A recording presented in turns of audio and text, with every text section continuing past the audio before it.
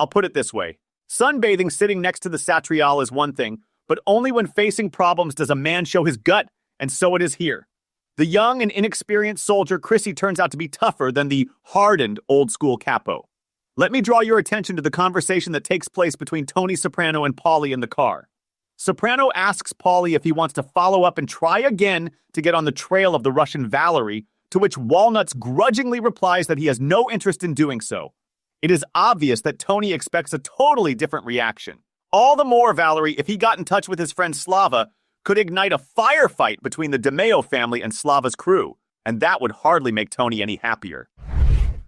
I know that many of the Sopranos fans, like me, are fond of the funny man Paulie.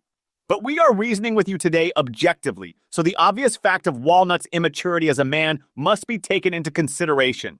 Paulie is in his 60s at the time of the show. Chris is in his 30s. Nevertheless, Paulie has enough smarts to act like a retard. Think at least of the Adriana Panties incident.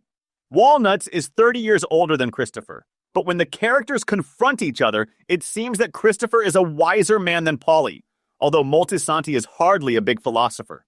This theory is best supported by the crew's journey from Jersey to Naples. Christopher throws himself into all sorts of trouble, 24/7 stoned on heroin, but nevertheless, it doesn't interfere with the purpose of their trip. Being in the society of his fellow travelers, Moltisanti is discreet and doesn't try to stick his nose in every hole.